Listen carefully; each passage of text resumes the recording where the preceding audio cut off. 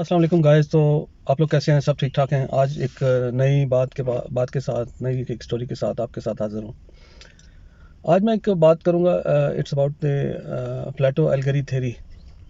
आप लोगों ने कुछ लोगों ने सुनी होगी इस थ्योरी के बारे में। और काफ़ी इंटरेस्टिंग थ्योरी है। और ये कुछ इस तरह है कि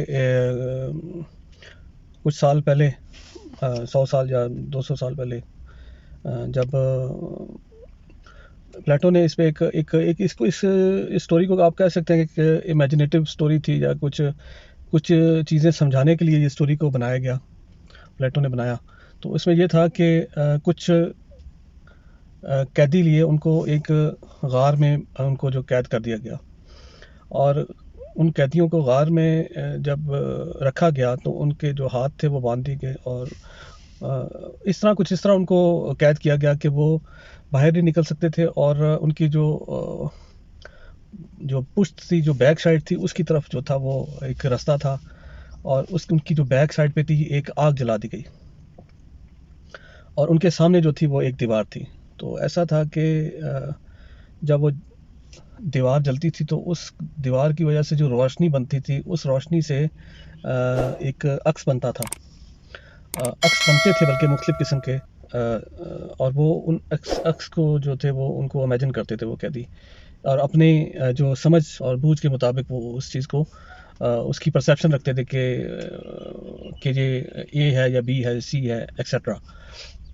इसके साथ ही जब गार के साथ ही जब रास्ता था, तो रास्ते से जब कोई किसी का गुजर होता था, किसी जानवर का, किसी इंसान का, या किसी और चीज़ का, तो उस चीज़ का उस रोशनी की वजह से, क्योंकि बाहर रोशनी थी और गार में अंधेरा था, तो उस वजह से भी एक चंद अक्स जो थे उसके उनको नज़र आते थे। तो उनके जहन में ये एक चीज़ बैठ गई कि जो जो अक्स हैं, यही एक हमारी एक परसेप्शन है, यही एक रियल लाइफ है, रियलिज्म है उनकी नज़र में। तो कुछ ऐसा हुआ कि इनमें से एक कैदी जो था वो उसने किसी तरीके से उस जंजीर को तोड़ा, और वो उस जंजीर को तोड़कर उस केव से बाहर चला गया। अब जब वो उस केव से बाहर गया तो उसको तो क्योंकि उसने तो सूरज की रोशनी काफ़ी अरसे से देखी नहीं थी, महसूस ही नहीं किया था। तो वो जब उसकी आंखें चुंधिया गई और वो उस चीज़ को बर्दाश्त ना कर सका, उस रोशनी को, तो काफ़ी अर्सा तक वो इस चीज़ का यूज़ टू ना हुआ। तो आहिस्ता आहिस्ता जब उस चीज़ का यूज़ टू हो गया तो फिर उसने देखना प्रॉपर शुरू किया।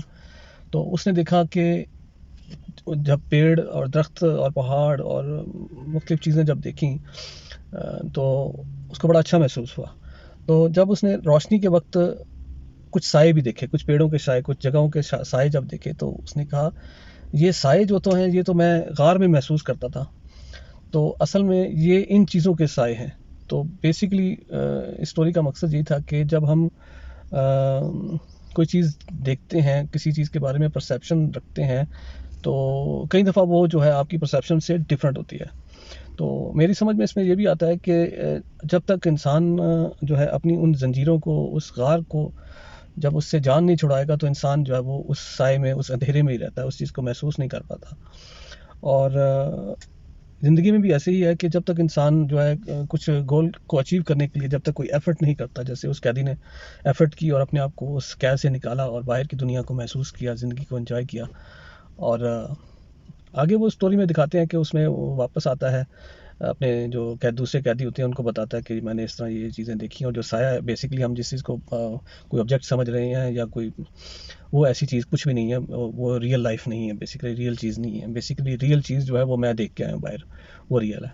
तो जो दूसरे उसके साथ के जो कैदी होते हैं, क्योंकि उन्होंने वो चीज़ नहीं देखी होती, तो वो उसको कहते हैं कि आप जो है ना, बाहर जाने की वजह से आपका जो है ना दिमाग थोड़ा सा वो जो है वो सही काम नहीं कर रहा, आप कोई गलत चीज़ देख आए हो, और आप जो है ना दोबारा वापस हमारे पास आ जाओ, आप जो है ना गलत सोच रहे हो।